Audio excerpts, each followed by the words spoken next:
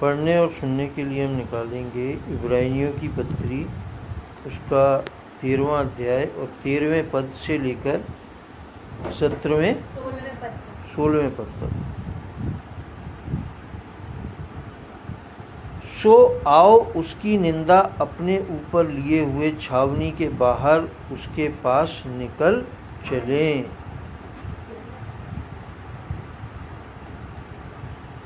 हमने कल क्या पढ़ा था कि यीशु मसीह ने स्वयं को जब बलिदान चढ़ाया पापों के लिए सबके, तो जिस प्रकार से आपका यहूदी धर्म में जो बलिदान पाप बलि चढ़ाया जाता था वो क्या कहते हैं छावनी के बाहर जलाया जाता था, तो यीशु मसीह भी हमारे पापों के बदले जब क्या कहते हैं चढ़ाए गए क्रूस पे, तो शहर के बाहर छावनी में उन्हें क्रूसीफाइड किया गया।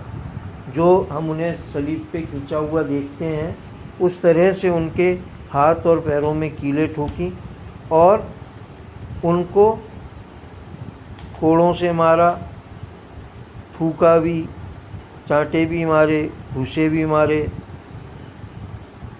गिरते हुए को भी ठोकर मारी, बहुत कुछ कहते हैं यीशु मसीह ने सहा।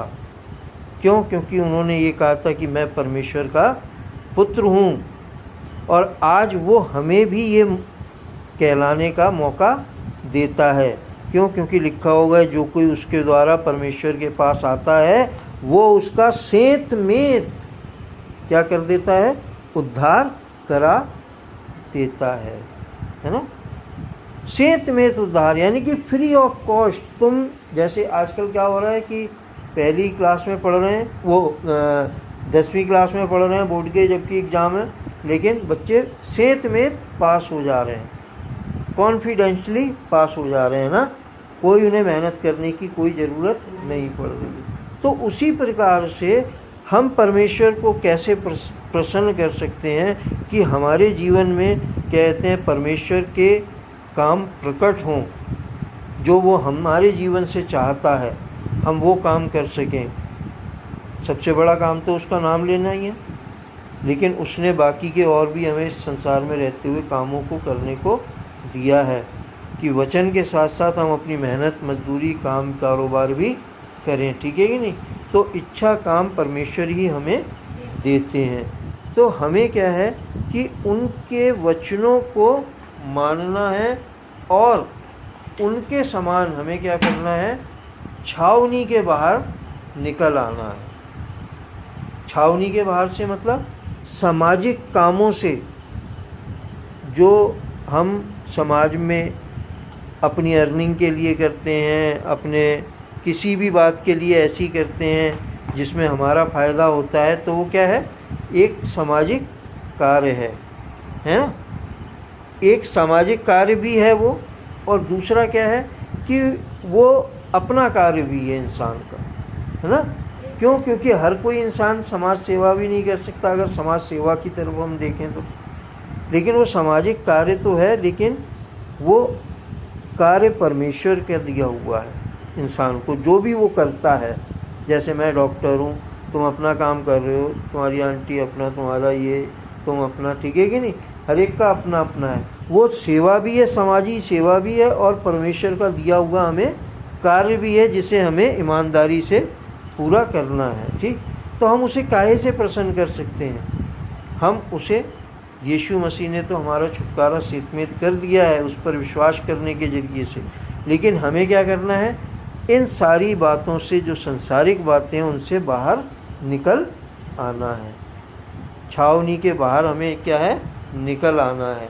और आगे, क्योंकि यहाँ हमारा कोई स्थिर रहने वाला नगर नहीं, वरन हम एक आने वाले नगर की खोज में हैं। क्योंकि यहाँ हमारा कोई स्थिर जगह तो नहीं। 50, 60, 70, 80, 100 साल इंसान जीता है, उसके बाद उसे जाना ही पड़ता है। ठीक है कि नहीं? तो हमें यहाँ जैसे कोई स्थिर तो हमारा रहने की जगह नहीं है, इसलिए क्यों ना हम छावनी से बाहर आ जाएं और प्रभु परमेश्वर जैसा चाहे हम वैसा ही उसकी मर्जी पर चलें। और जिससे वो क्या हो कि हमसे प्रसन्न हो, क्योंकि हम उसे क्या दे सकते हैं, कुछ भी नहीं दे सकते। और ये कि हम उसकी इच्छा पर चलें और उसको धन्यवाद करें, चाहे जिस परिस्थिति में क्यों ना हो, वो हमारे को देख लेगा। उसका हाथ इतना छोटा नहीं है कि यूँ मैं तुम्हारे को पकड़ ना सकूं। मैं तो इतनी दूर से नहीं पकड़ सकता क्योंकि छोटा हाथ है मेरा, लेकिन परमेश्वर इंसान को कहाँ से कहाँ मदद भी कर सकता है, दे भी सकता है। उसका हर दुर्घटना में, हर एक ऐसे काम में, यहाँ तक कि मैंने अपने जीवन की गवाही है मेरे की, पाप करने से भी बाइबल बताती है हमें कि वो हमें बचा लेता है, रोक लेता है। हम पाप नहीं कर पाते। सारा जो थी हमारी माता, क्या वो पाप कर पाया? जो राजा था नहीं कर पाया, क्योंकि परमेश्वर पिता ने उसे रोक लिया पाप करने से। हैं तो पाप करने से भी परमेश्वर पिता हमें बचा सकता है, रोक सकता है। तो हमें क्या करना है? उसके लिए छावनी के बाहर आ जाना है और उस, क्योंकि यहाँ हमारा कोई नगर नहीं है, वरन हम एक आने वाले नगर की खोज में हैं। और वो आने वाला नगर कौन सा है? जब हमारी आंखें यहाँ बंद होती हैं तो हम उस यीशु मसीह के नगर में पहुँच जाते हैं, जो यहाँ हम पढ़ते हैं या सुनते हैं। क्यों? क्योंकि विश्वास किया हमने प्रभु पर, उसके साथ प्रार्थना में गए, उससे प्रार्थना करी, उसके साथ ज़िंदगी बिताई, उसका नाम लेते रहे, संगति करते रहे, वचन पढ़ते रहे, तो वो भी तुम्हारे पास बना रहेगा, है ना। तुम मेरे से मिलना जुलना नहीं करोगे तो क्या होगा? नई बात बनेगी हमारी। मुझे क्या मालूम क्या है क्या नहीं है ना, मेरे को बहुत काम है। अगर तुम मेरे से रोज़ाना मिलते रहोगे, जुलते रहोगे, तो क्या होगा कि हम एक दूसरे को पहचानते रहेंगे, चाहे हम नमस्ते ही कह दें आपस में, है ना। ये होता है।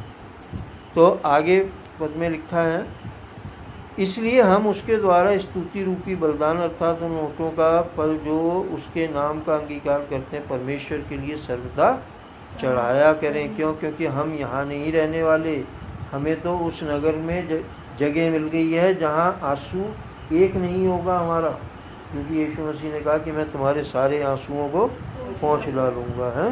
तो वहाँ आंसू नहीं होगा।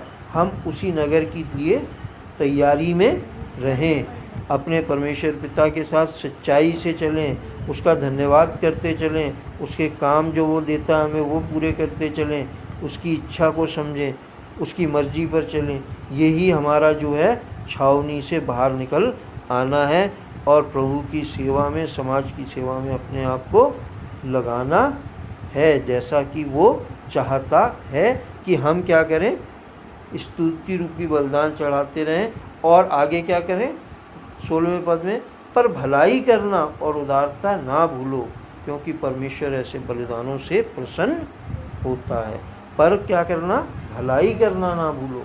भाई किसी की मदद की ज़रूरत है, कोई भलाई करनी है, तो हम भलाई के बारे में जानते हैं कि हमसे जितना किसी के लिए अच्छा हो जाए बढ़िया है। तो भलाई करना ना भूलो और उदारता भी ना भूलो। उदारता क्या है? कि अगर कोई आपसे थोड़ा सा सीधा बोल रहा है तो आप उससे और ज़्यादा सीधे होके बात करो, है ना। उदारता ना भूलो, क्योंकि परमेश्वर ऐसे बलिदानों से प्रसन्न होता है। अगर हम ऐसा व्यवहार दूसरे के साथ करते हैं, किसी के साथ, तो क्या है कि परमेश्वर ऐसी बातों से प्रसन्न होता है। क्यों? क्योंकि हमने ऊपर भी पढ़ा था कि ऐसा जो हम क्या करते हैं, हम क्या कहते हैं उसको, कि कल परसों में हमने पढ़ा था कि पाहुन करने वाला, है ना, यानी कि लोगों के पाहुनी करना, यानी पाहुन अतिथि सत्कार करने वाला, या दूसरों की आदर सम्मान देने वाला, किसी परेशान को देखकर उसकी मदद करने वाला, तो वो है उदारता का काम। और ऐसे कामों से परमेश्वर पिता प्रसन्न होता है, क्योंकि ऐसे कामों को करने से क्या है, हम अनजाने कई बार स्वर्गदूतों की भी सेवा कर देते हैं। ठीक, तो आज के प्रभु के वचन के पढ़े और सुने जाने पर बहुतायत से आशीष हो, प्रभु यीशु मसीह के नाम, आमीन, आमीन।